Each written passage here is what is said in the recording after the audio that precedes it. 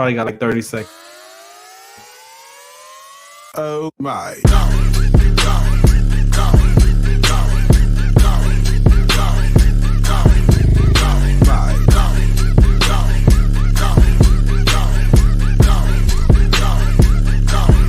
Oh my.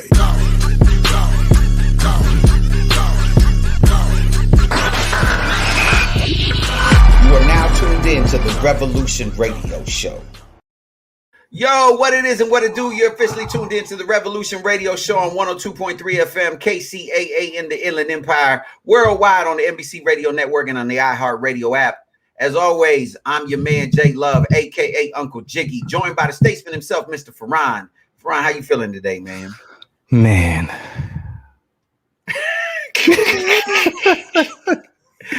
Anybody who's really grown knows what that man. Can I say something? Can I have like a couple of 120s? Can I have 120 seconds? Say it, man. Do what you do. All right. So for those of you who are listening, I'm an advocate for an inherited gene called sickle cell trait. And this is the Revolution Radio Show. So I'm revolutionizing my conversation about this inherited gene that predominantly impacts Black people by our ancestors who were born where malaria was present.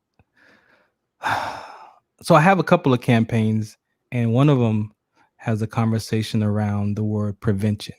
And so in my 10 years of advocacy work, I broke it out to awareness, education, and prevention.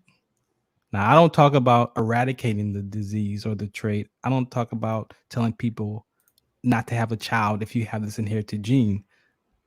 I talk about the risk factors and giving them an informative choice, because a lot of parents didn't have the opportunity to make a choice when they had their child. A lot of parents didn't find out that they were having a baby with sickle cell disease until it was either in the womb or that it was about the baby's born and now they get notified that your child has sickle cell disease. So I understand that there could be some emotional ties to words because language is very important. So I'm reaching out to the community here for what is another word that would be effective in your view if I don't use the word prevention? And that's I have been challenged to find another word besides prevention, because there is an emotional attachment to some people, not all, some who have already had children with sickle cell disease. So I guess if you're listening and you have a child with sickle cell disease or an inherited gene that you didn't know, and that word prevention is in your conversation, does that bother you? I just want to get some insight, because I've been at this for 10 years, man. And words, how can I say this? Let me ask a question. Yeah, go ahead. So again, we've talked on this show before, and I've joked that growing up, the only thing I knew about sickle cell disease is they came to my classroom and basically it was the Black people cancer, right? So it was all like, it's the Black people cancer. Black people get this thing and you get weak and you just fall out. That's all I knew. Okay. Right. So that being said, sickle cell, for those who don't know, is it something that is debilitating or it's something you can live with and excel? So that's a loaded question. Well, no, I'm asking for people who don't know. So I have to break it out to separate. So you have sickle cell trait, okay, which means that you carry one gene in your DNA. Okay. With that one gene, some people, like myself, have had health complications. Okay. A lot of people have been told that sickle cell trait doesn't have problems. So you just shouldn't have nothing to worry about. Just make sure you don't mate with another person who has that same gene, so you don't have a baby that has the disease. Okay, so now you got to screen people's blood? Exactly. So now you have to do a hemoglobin electrophoresis test to find out if you carry this red blood cell condition. Hey, baby, can we do a hemoglobin chronological Uh, Hemoglobin electrophoresis is the blood test to find out not just hemo- sickle cell, but any other red blood, any other hemoglobin electrophoresis. electrophoresis. It's Yeah, the blood. baby. Look, I love you, girl. You know what I'm saying? I want to take this to the next level.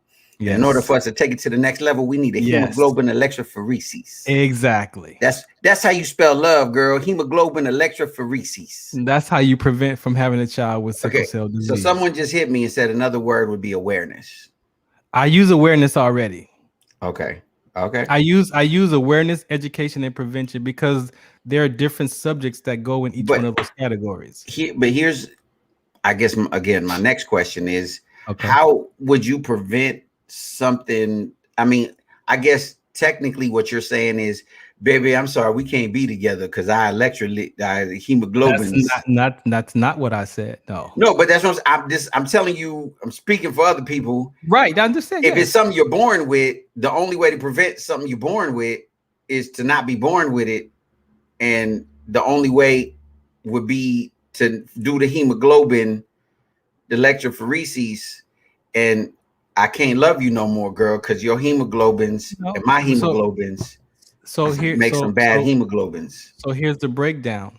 If both Okay. if you do a hemoglobin electrophoresis test and your partner has sickle cell trait, then you go to a genetic counselor. I'm not a genetic counselor. I'm only an advocate. You go to a genetic counselor and they will tell you there's a 50% chance that your child could have the same his sickle cell trait that you do. There's a 25% chance that your child will have sickle cell disease, or 25% chance that your child will be born with nothing. So there's three things that could happen. You can have a child with just trait, you can have a child with the disease, or you can have a child with normal red blood cells with no disease or Right. no But you trait at can't all. control none of that anyway, right? Exactly. So my So point is, wouldn't you want to know that before you decide to have a child, at least to be informed? that's a tough one, man. Because I mean, that's it. Because like, okay, your kid is going to be your kid, regardless of whether it's sickle cell, Downs, Exactly. um, Exactly. part, like anything, like MS. Like your child is your child. Right. And so when I was approached about that word, I listened Okay, and I so real what quick, go someone go gave ahead. me another word. Well, the same person said education. I use education. Okay, all right, my bad. So I use awareness, education, and prevention. Okay, So to wrap this up, I don't know how far you want to go into this, but the point is for some parents, I would imagine, who have had children with this inherited gene and didn't know that they them and their partner had that gene that could produce a child with a disease. There is some emotional attack, there is some resentment, there is some regret, there is something there that they might be dealing with because they didn't know. And maybe if I would have known, I would have made a but different nobody decision. knows with any of our kids. Like you don't know what your kid. Exactly. So then why are you triggered by the word prevention then? I'm not triggered. Not you, I'm just saying. Oh, I'm just saying what. don't be calling me trigger. Right. So that's where I'm at, and I'm actually okay because when I looked at the definition of prevention on my own like a few weeks ago, it was in my spirit to see like what am I going to do for the next 10 years, because I've been at this for 10 years, 11 years almost. So I'm like, okay, what's my next 5, 10 years going to look like? So I did look at the word prevention, and about the fourth definition or so, it says arising. So I'm like, okay, so words in English have different definitions. So I'm like, okay, arising. So if I'm giving information out to people for the possibilities of what could happen with sickle cell trait, whether it's collapsing and sudden death from exercising, or having a child with a disease or a trait, that could be an arising. I could be bringing awareness to the risk factors of what's possible. I'm trying to figure out how that arising plays into my dialogue to describe what I'm up to. So I'm bothered, but I'm not bothered because language is going to be important on how this conversation is talked about, and I'm at the forefront of that. So Well, When you from asked now me how on, I'm in that space because I'm searching to make sure that my message is delivered, but I'm not going to soften it up. And if I have to walk away from this other organization to be a part of, just because they want me to stop using prevention, then I might just go ahead and be by myself and just hey, be look, Han I just Solo. say like this: do what you got to do, my trigger. But look, it's Wednesday, the Oh wait, 21st of Oh, July. I'm sorry. Huh? If you No, want go ahead. information about sickle cell trait, wdconsct.org. African Americans, we are number one.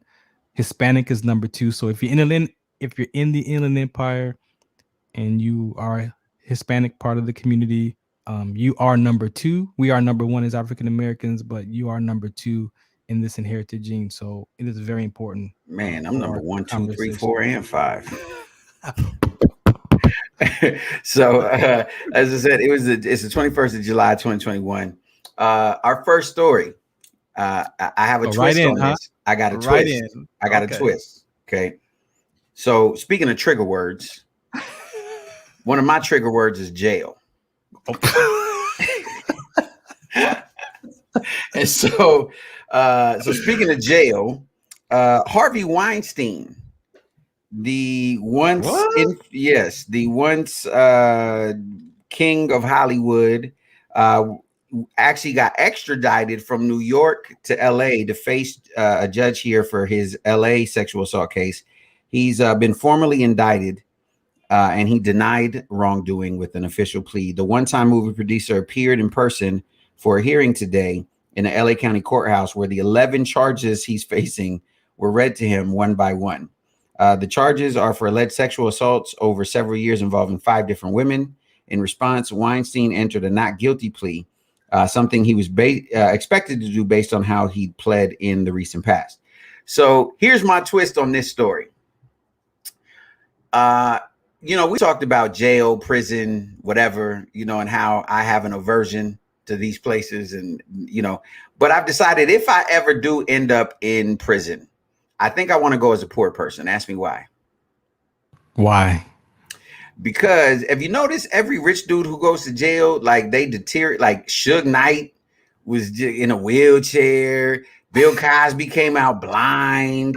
This dude's in a weird, like rich people go into jail and it just completely discombobulates them. Got to use a big word. What is it about jail that just discombobulates rich people? I could give you one word. What is it? Stress.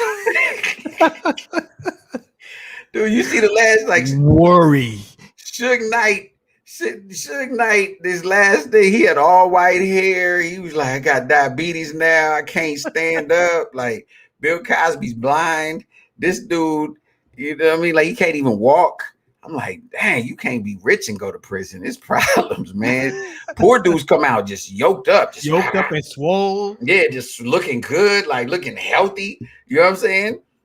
Rich dudes, I'm like, man, am I the only one? Like, I'm like, man, this is some ridiculousn's right here. Like, man, So when I become a political prisoner for all my outrageousness, they got to take all my money first and make sure that I'm dead broke. That way, I'll fare better. You like the way I flipped that whole story? So really, what I want to talk about today is this. And we've kind of touched on this before, right? But there is a thing called critical race theory, right? And basically what critical race theory is, it's very simple. It's a huge controversy right now. Yes. People are like fighting over this thing, right? And basically all it is, all in a nutshell, critical race theory just basically wants to teach curriculum in schools that talks about the effects of basically white supremacy and racism in America, not just pertaining to Black people, pertaining to Native Americans, to Asians, to Hispanics, like to every disenfranchised group of people, right? Because this is actually history, right? It's not like an agenda. And so the far right believes that critical race theory will it's going to teach our children to hate white people. That's what you're going to come into school. If you start teaching about niggers and Hispanics and the Indians and all of the other people is going to teach children to hate white people. Okay, white people made this country great. It's in our history. And wait, what do you mean that it was the natives were here first? We discovered it. Sorry, I'm giving a speech. Hold on. White people built the Wait, what do you mean the Asians built the railroads? No, we's the ones. We manifest destiny. White people, they cultivated the whole Southwest. No, what do you mean? Cultivated? What do you mean it was Mexico? This ain't Mexico. This the Southwest. White people were the great innovators of the South, the great Confederates. What do you mean the economy was only based on slavery? It was white men that they was working their fields. You know how much a slave costs? Not all white men could afford slaves. Am I going too far? My bad. Yeah. So anyways, critical race theory is really simple. It's really just, in a nutshell, teaching the totality of history, right? So here's the danger, because people started saying that this was hate speech, and somehow they found a bunch of coons. Yeah, I said coons, right? A bunch of coons that was out like, I'm black and I don't think that we should be teaching this in school. Yeah, I don't got no problem with white people. I went to college. Good for you. We're happy for you, Negro John. But here's the truth. The vast majority of people in this country have been and that's not to say that because you're black or Hispanic or Native American or any other race that you cannot accomplish things. But the truth is that systemic racism does affect the everyday lives of people of color. These are facts. God. This is not to say anything bad. This is not to say that white people are evil. It's not to say none of that. It's that the systems in place, starting from our quote unquote founding fathers, who most of which were slave owners, by the way, including George Washington, who he never told a lie, except for he omitted the fact that he was a slave owner and that his wife owned more slaves than he did. It's just, and a lot of people got his last name. Yeah. Where you think ain't no black? You know why black people got the name Washington? Because we was on the plantation. That's why we got the black people with the last name Washington, Jefferson, all them. Most of our last names. All of our last. Where you gonna find a Washington in Africa? Ain't no Washingtons in Africa. My buddy's last name is Bush, and he found the plantation that his parents came from. Bush. Yeah. Oh, for sure. Yeah. And so I bring that up to say this. Right. The Texas State Senate has just passed a bill to eliminate as a requirement that public schools teach that the Ku Klux Klan is morally wrong. And that same bill dropped studying Martin Luther King Jr.'s I Have a Dream speech as curriculum requirement. So let me read that again to you. Okay. According to the Texas State Senate, they will no longer teach in schools that the Ku Klux Klan is morally wrong. It's not. You're right. My bad. And they're going to remove Dr. King's I Have a Dream speech from curriculum. That's so cool. Because they're afraid of critical race theory. So you explain to me, if the Ku Klux Klan is not morally wrong, you know what they going to look. I know I'm crazy. Y'all give me Jay. You always make it about race. Jay, it's not about race. Jay, you always make it about. Well, then explain. You know what, you folks, y'all are right. The Ku Klux Klan is not morally wrong. You know what? We should go back to the days of hanging brothers in the tree and having a picnic. Let's go. You know what, y'all? Let's go have a picnic. We're gonna hang a couple of colors. We're gonna hang them up and burn them. We're gonna take some pictures and we're gonna make them into postcards, send them to our family. We're gonna do that for Thanksgiving, right? And then them, them Mexicans. You know, they ain't good for nothing but making tacos and cleaning. Them. You got to say them and like the blacks, the gays, the Mexicans, the Indians. So what is your view of having that curriculum taught or not taught? You got a Here's the thing. You got a point of view on that? 'Cause I got one, but I want to hear yours first. Yes, I have a point of view. I think it is imperative that we teach the totality of history, because young people of all races and hues need to know that their ancestors contributed. If we're going to say this country is great, right? The truth is, it's not great because of white men. This country is great because of the accumulation of all these different people of different hues and different colors that built the entirety of this country. It wasn't white men that built this country. It was the Chinese that built the railroads. You know what I mean? The natives that, you know, we'll say donated their land. That's what we'll call it. We'll call it they donated it, right? They said, come on, white folks, you could all of this. You could have it all. Just give us a little piece, the worst piece, with this barren and ain't got nothing. And then, you know, matter of fact, teach our people to become alcoholics. Just give us fire water. Give us a bunch of fire water and make it a generational curse. What voice is that? I don't know. I don't know what that. I didn't want to do the rate that, hey, how white man. I didn't want to do that one. You know what I mean? Out of respect for my natives. You know what I'm saying? Okay. So, you know, What we else? got to see that the U.S. economy jumped leaps and bounds ahead of the rest of the world because of 400 plus years of free labor that came from slavery, right? That's how we became the economic and industrial powerhouse that we did. That's how Wall Street, the very first stocks traded on Wall Street were slaves. If y'all don't understand that, JP Morgan Chase, every major bank, guess what? You know where it came from? Slavery. Okay. This country is not great because of white men. This country is great because of all of the people. You know, we were taught that a white woman sewed the first flag. Oh, look at her, Betsy Ross. So she didn't sew it. It was the black woman that worked for her that did it. These are facts, people. But Can I ask you a question? yes, sir. And can you give me just a yes or no answer Okay. I'm gonna do my best. I'm gonna do my without best. any? I don't want any Without reason. Okay. Yeah, I don't want no reason. I just Okay. want a yes or no. Do you think by teaching this into our public schools and in colleges that this could perpetuate another level of racism? Yes or no? No.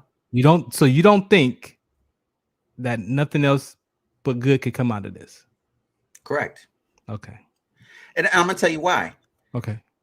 Young people, right? You know, there's a saying, right? You can only be what you can see, right? And so the images that we teach our youth are important because, right, those images shape your, you know, your way of thinking. We talked about perspective, shape your perspective, right? If the only images you ever see of someone who looks like you is in a negative connotation, it paints a subliminal picture in your mind that this is what I am. This is who we are. This is what I'm destined to be. And that's not to say it's not the man, quote unquote, the man's fault, right? That certain people do things, right? Like it's not the man ain't holding you down. I don't believe that, right? But when it's a system of reinforcement day after day after day, I was literally asked this the other day, where I come from, right? And especially the neighborhood that I came up in. Since I can remember to this day, and I'm 46 years old, it's not changed at all, right? And it's predominantly Black and Hispanic people in the neighborhood that I grew up in, right? Okay. And people are like, yo, why is it so crazy there?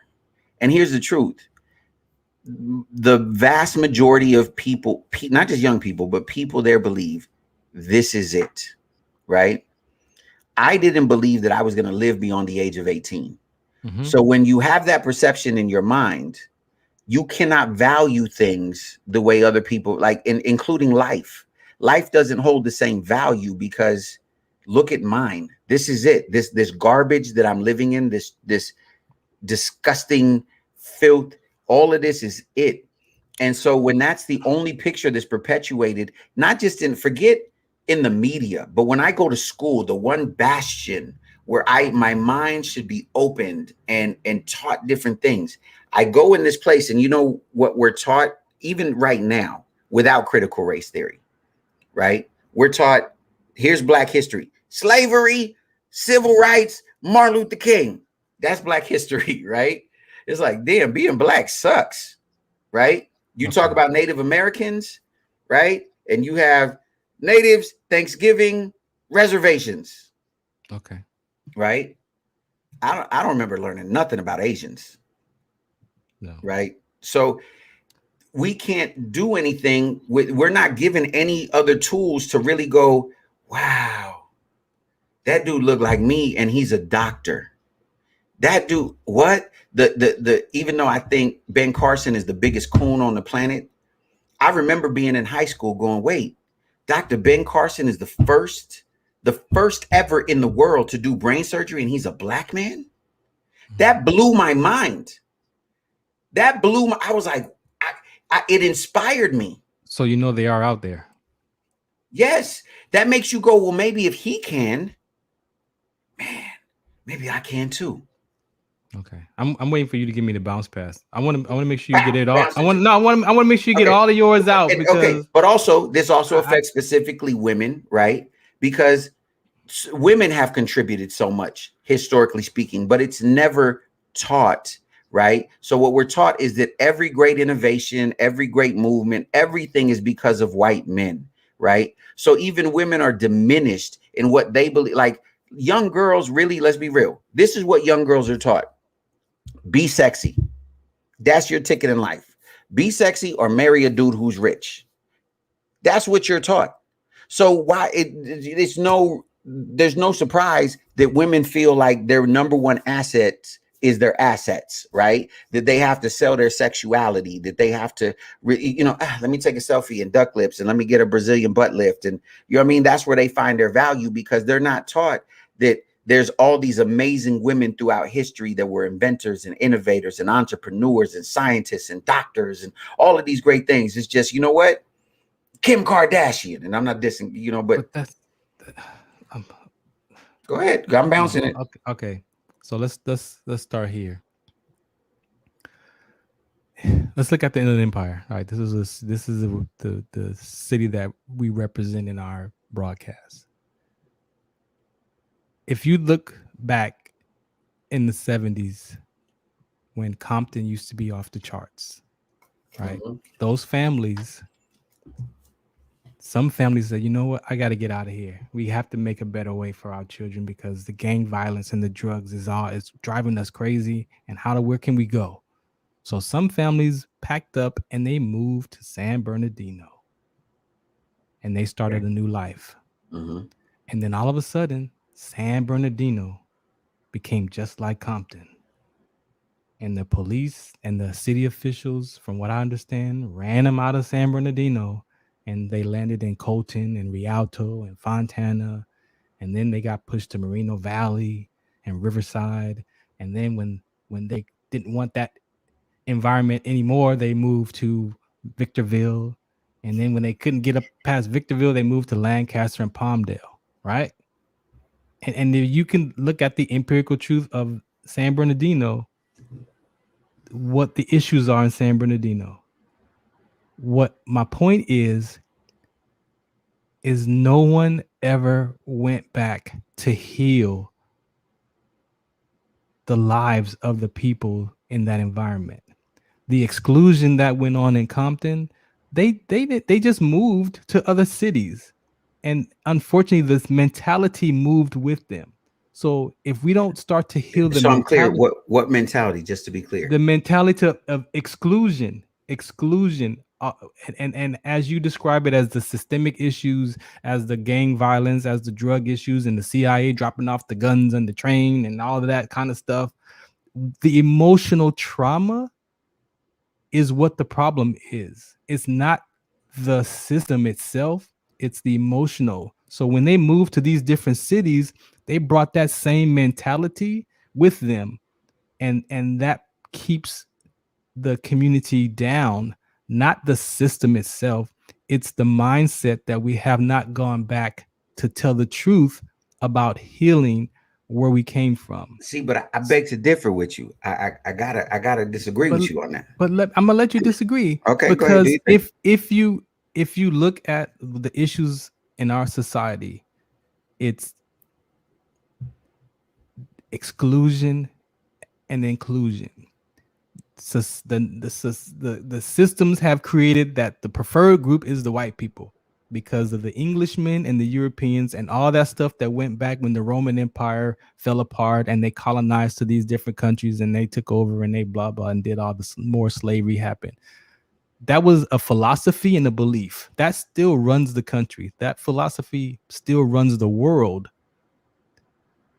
If you don't start the healing process, and I agree with you, we got to tell the truth about everybody's ancestors, because the Irish Americans and the Polish Americans that are now considered white, they feel like they got a right to everything because they're included because they're white, or they're included because they have the money. So that's where the white supremacist conversation comes from, because they feel like they're entitled now because they're white. However, they don't really understand that your ancestors, from where you came from where they came from, was servants in their own version of as we were enslaved. Absolutely. So that part needs to be told the truth. Yes. The problem with telling the truth in an environment like the school system and that in that education system is because when you tell the truth about that person's ancestors, they're also going to come with frustration and upset, and that too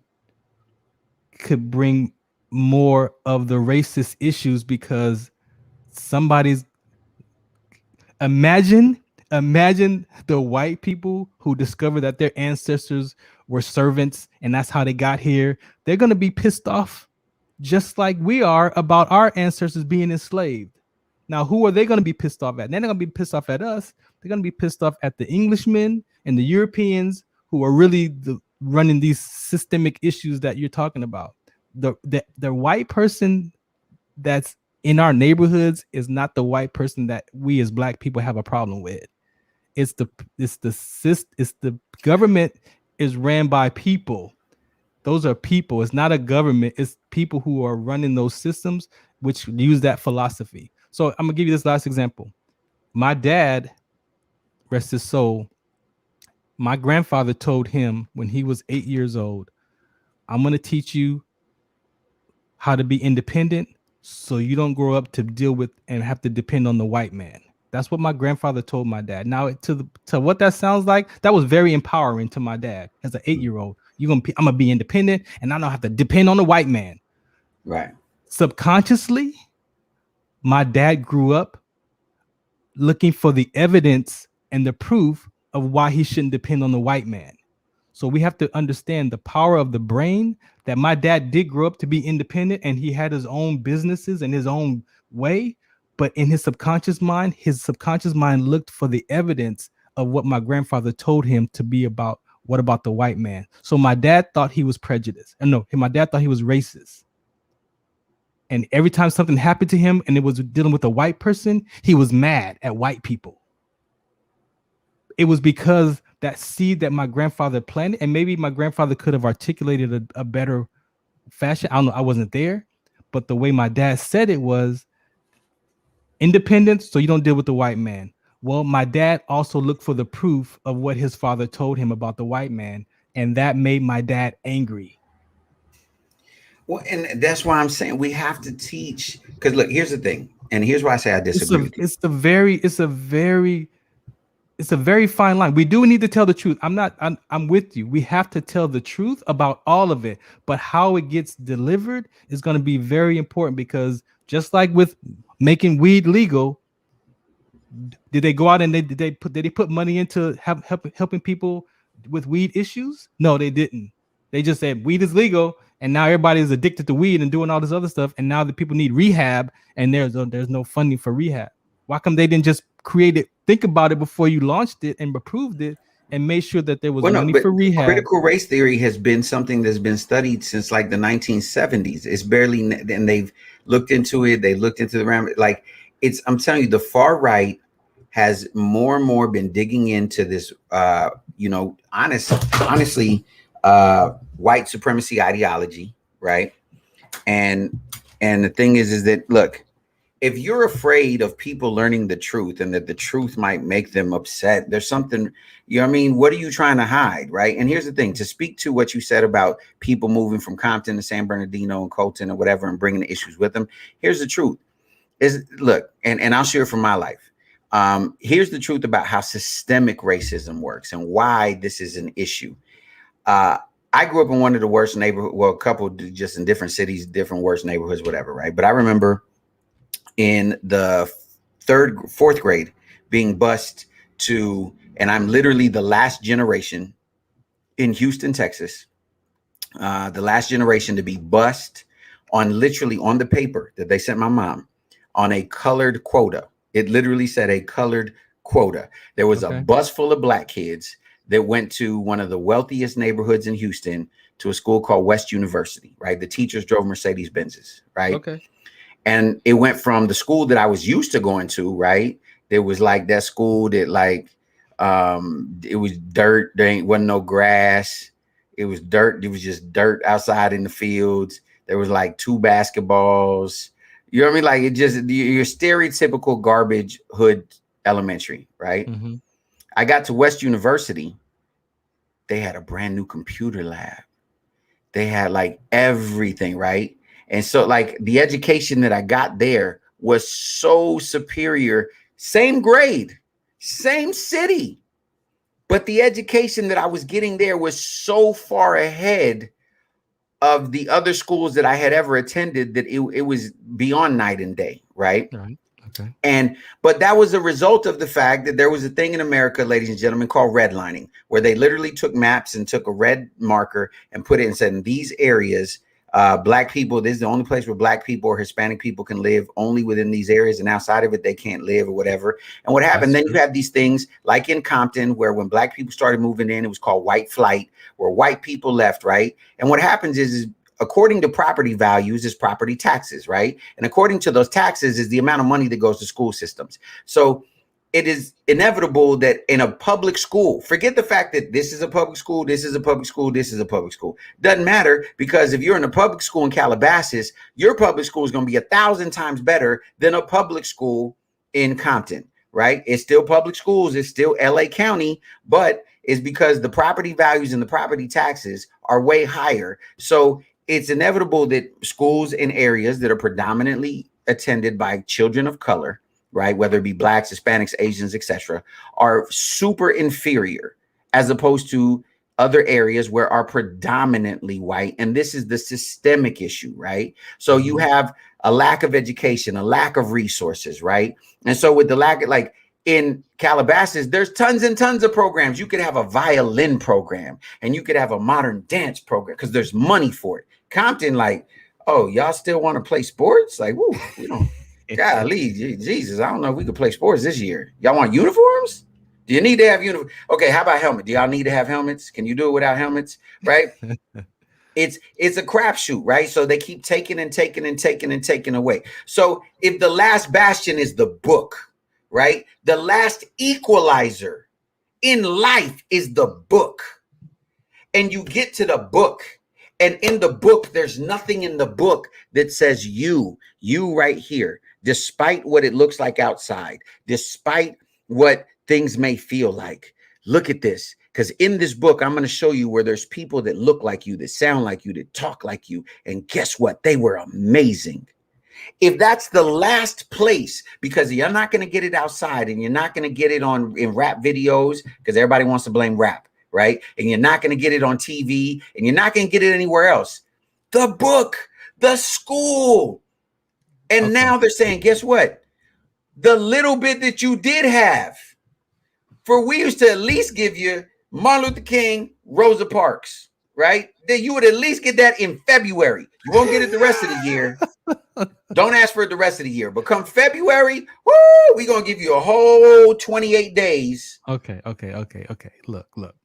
I too was bused in a program called the Magnet Program from my black neighborhood to a white neighborhood in Northridge for the 7th grade. That's why you bougie. I don't have systemic issues, right? Because you was brainwashed in the army, man. Oh, now it's my military. So here's my offer to you. Before we start teaching about our ancestors, and telling the truth, why don't we first teach our younger generation the value of their life? Why don't we talk about self-discovery? Because you Self can't see that. You can't learn that if you can't see it. Yes, you can. Do you know that when I discovered that the richest man ever in the history of the world was a black man, that I was like, wait, what? We But have that has nothing to do with you today. no, but That's it does. When discovering. No, I'm talking about self-discovery. Let me give you the list. Let me give you the list. Self-discovery, self-source, self-worth, self-esteem, self-concept, self-identity, and self-value. You don't have to get that from pictures and storybooks about what happened to your ancestors. You don't have to get that from where there. are you going to get it from? We don't get it from nowhere else. If Where? That's what I'm look asking. If look, school is the last bastion, it doesn't have to come from school, bro. where's it going to come from then? Because again, here, okay, here's my question to you. Yes or no? Okay, yes or no question. Can it harm a child, any child? I don't care what race, what gender, what hue, doesn't matter. If a child picks up a history book and reads a history book, just reading history, can that harm them? Yes, What? How is reading history going to harm a child? bro, You because lost me on that one, if man. because you got to go back again. This is I'm not a mental health educator, but we're going to get some on the show. You got to go back and understand the environment. First, you got to peel off before you give the child the history book. You got to figure out where that child grew up, what's already in that child's space. If I grew up in Compton and you give me, I grew up in LA, so I can only imagine if you giving me a book about racism and race issues. No, not just I'm just history. saying history. Yeah, but That's what I'm his saying. The right but is making it about race. It's not about racism. It's but about but history. but who's telling the history, bro? Man, they've been telling the history. What are you talking about? They've been telling us everything that isn't even okay. Let's go down They the list haven't of been telling the truth. That's what you're talking yes, about. You yes, and want that's what they critical want, race theory is. Let's tell the but truth. before you could tell the truth, you got to you got to give the generation a context. You got to give them, you got to set the context for the generation to read this from, not just on their own. We can teach them how to think, but not what to think. And if we don't give the next generation tools to be okay with where you are today, when I read that, I'm gonna be mad at everybody on the block, No, and you're then I'm gonna, not. You're gonna yes, you are. understand. You're just gonna look. Now, knowledge is never a bad thing, I didn't right? say That's it the part was. that kills me. It's 'Cause look, it's the emotional part. It's the emotional part that comes out of it. I'm not worried about what you're gonna teach them. It's you gotta be able to make sure that that emotional arise in their upset or their frustration. It doesn't have to be projected to another race. You can be okay. Look, but you we're don't. gonna tell you the truth, and it might Critical not race be theory isn't about projecting something to another race. Critical when race you theory is read saying it. no, because look, again, let me explain to you. It's not about saying white people did all this I bad didn't. thing to everybody. No, I know I'm it's not. explaining to people who are listening so you understand it. Critical race theory is not about white people did all the evil in the world. Oh, the big bad whitey. That's not what it is. What it's saying is, hey, in case you didn't know, these are all the contributions of Native Americans. These are also the contributions of Pacific Islanders. These are the contributions historically of Hispanics in this country. It's teaching the stuff that has been left out and also getting rid of the lies. Like, hey guys, by the way, knock, knock. Christopher Columbus did not discover America. Paul Revere did not go on that ride.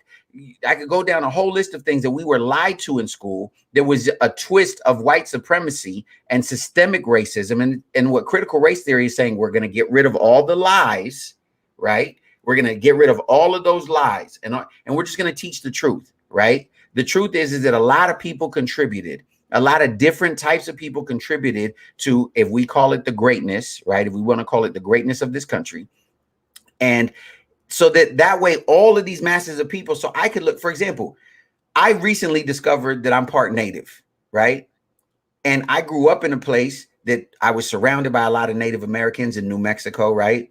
And so I had a lot of Native friends, but I know very little about Native history. I know some stuff about like Wounded Knee, the Battle of Bighorn, a couple of other things, but that's about it. I know very little about Native American history. The truth is, even when it comes to Hispanic history, I know very little about. I know. Let's be honest. Most Black people don't even know Black history, right? So I don't know. Again, I don't know anything about Asian history in this country other than they helped build the railroads and Japanese were in internment camps. That's it. I don't know anything about the contributions of Asian Americans in this country, right? I know very little about the contributions of women. I can name a couple of women. I could go Shirley Chisholm, you know what I mean, and a couple other women. I don't know because it was never taught to me. But when you start to learn things, you get like, wow, I didn't know that, that Asians did that. And I didn't know the Pacific Islanders did this. And that's fascinating. I can look at them in a different light. And it's not about hating on someone else. It's about saying, wow, I didn't know that Native Americans did this. And I didn't know, you see what I'm saying? That's what critical race theory is about. It's not about hating white people. But what is that going to do? What is that going to do with moving our environment forward? It's going to make people, it's going to allow children to have the ability to have a respect, not only for themselves, to be able to see themselves and go, wow, I didn't know we were this XYZ, that we did these great things. But I also didn't know that this friend of mine that looks like this over here, his people did this amazing thing too. I can have a different respect for him. And I can understand that, like, yo, I didn't know that, you know what I'm saying? Like, knowledge is never a bad, like, because here, I'll say it this way. I remember growing up, we were poor. Long story short, the only thing that was free was the library. So we would go to the libraries because, especially in the summer, it was free and it was air conditioned, right? So I just remember the first books that I started picking up. I'm an avid reader only because of this. I remember the first books that I started picking wasn't even books, it was magazines, it was National Geographics. And in the beginning, I only did it because of the pictures, like, whatever, if I'm stuck in a library, I got to look at something, right? And then as I started looking at it, you see the art and you see different things. And you're like, oh my God, this is fascinating. And then I started to read the articles then. And then that's what started to open my mind. And as I started to learn about different cultures and different civilizations, it was able to allow me to see things and see people in a different light. And that's why for all that I've been through, I've always been more open than the average person because I understand different cultures. I understand different religions. I understand different people groups because I did have the opportunity to read. And with no context, I just picked up what was in front of me because I was stuck in the library because my mother made me go to the library because it was hot. You know what I mean? And what I'm saying is reading, learning about history and learning about things is never a bad thing because it gives you a real, we were talking yesterday about perspective. It gives you a very real perspective on life. It made me realize that everything that I thought I knew wasn't exactly what it really was. So when I started to see these things and I learned about different people and I learned it like, oh, I didn't know that this person did this. That's fascinating. That like maybe I can do that too. That's what it did is it opened my world. It opened my universe to more, and so that's why critical race theory is important. I don't want to hate white people. I don't want to teach racism. I want to teach the truth. And because the reverse of that is what just happened in Texas. They were fighting critical race theory and it went to the pendulum swung the other way and said, well, shoot, not only are we not going to teach the truth, but we're going to go ahead and say that we can't teach that the Ku Klux Klan is morally wrong. And we're taking out the I have a dream speech. Yeah, because the Constitution, all these other things that when they were written, they were aspiring. They were aspiring. We wasn't included in none of that. No. But they were written because they were aspiring that this is for all men. And no, that wasn't for all men. It wasn't. And so now that we want to be included in the Constitution, they're like, oh, no. But that's not for you, though. So you can't be. No, you can't. We don't have to tell your truth because it wasn't even included when we created the Constitution. So I don't have to tell your truth. Oh, if we're going to tell the truth, then we get to pick what we tell the truth about. That's still the Englishmen and the European who run those systems. They're not going to. They wrote it and they didn't realize that, oh, by the way, we want to be included in the Constitution. They didn't think that the blacks and the Asians and the Hispanics and we wanted to be included in that Constitution when it was written. They didn't think that. They didn't think that far ahead. They weren't thinking like, oh, one day the blacks are going to want to be a part of this Constitution, but it was actually written for the wealthy white men, Englishmen who had property.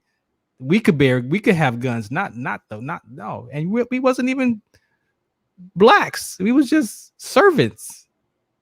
Slaves. We wasn't even included in none of that. But I do agree that we have to tell the truth. Because I'm with you. I'm tired of it. I'm tired of seeing white people in my community posting about they post slaves and people in shackles and I stand for the black people and it's such a bad thing. And but no, you know what? Show me what your ancestors went through. Just give me a picture of what your Irish descendants went through. Let's compare and see what was going on. Don't just post black people stuff because it's popular conversation in the media. That's my point. I understand. We have to tell the truth, but how we go about telling the truth is going to be very important. And if we don't set the context and the tone for this generation to be delivered the truth. Okay, here's the kind. What do we just do this? We put on the front of the book, when you read this, don't hate white people. No, you gotta do work, bro. People exclusion. People are emotionally hurt, bro. And when they read some of that stuff that we talking about, that's gonna be the truth. Some people are gonna be like, "Oh, that's like you. Oh, that's nice to know. Oh, my Asian brother, y'all did that. Oh, that's cool." There might be some Asians gonna be like, "Oh, hell no, we want retaliation. We mad. I'm mad. Nah, I'm pissed off because that's what y'all did to us. Oh no, like you're gonna. How did people let us sleep? I don't want to even say let a sleeping dog lie, but I don't. We gotta tell the truth.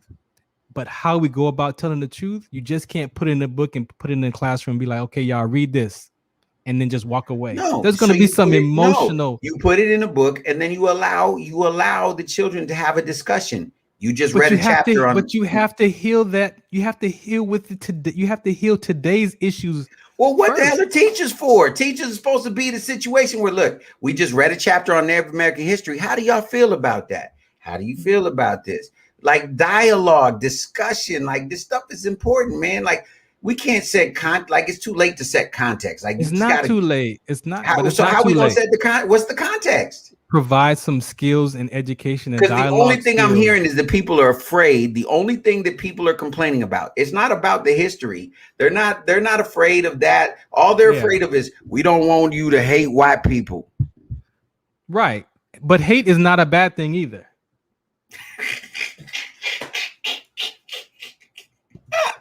Oh, that's the greatest ever. So hate, look, the definition of hate. But that's what I'm saying. So we just put on the front of the book after you read this, don't hate white people. Yeah, that's put that on your bumper sticker and see how that goes. I'm gonna put a bumper sticker that says I love white people. All I'm saying is we before we pull the bandage off of that one, we got to make sure that we do some work with our community so that when people get this knowledge, it doesn't spark and perpetuate. But that's what I don't understand. How can it perpetuate? How can just the truth perpetuate anything negative? What perpetuates it is when you've been lying to me and then I figure that out. That makes me upset. But when did you get mad when you found out about Santa Claus? No, I didn't get mad. I already knew. Dog, I'm from the hood, dog. Come on. A fat white man is gonna come over here and give us some. Man, that's first of all, that sounds like breaking the entering. Number one. You know what I mean? And number two, he gonna give me some free stuff. All I'm saying is I'm with you with the dropping the knowledge and dropping the truth and telling the truth, but there's gotta be a problem. There gotta be a process before you unleash all of that, because the society is already frustrated and upset and walking around with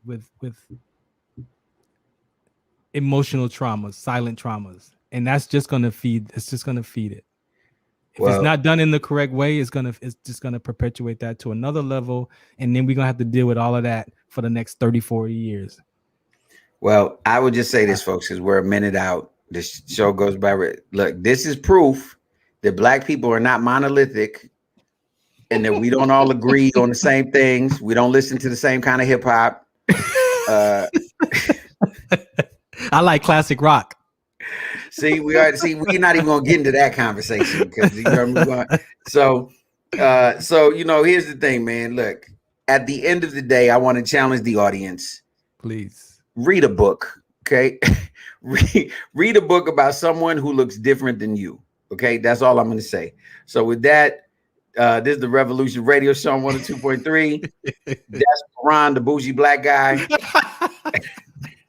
I grew up in the white neighborhood. Peace. Uh, I'm, I'm Jay Love, and as always, I want to remind y'all, man, reach for your best, reach for success, but most of all, reach for God, because God is love and love is everything, man. We'll see y'all tomorrow. Oh my.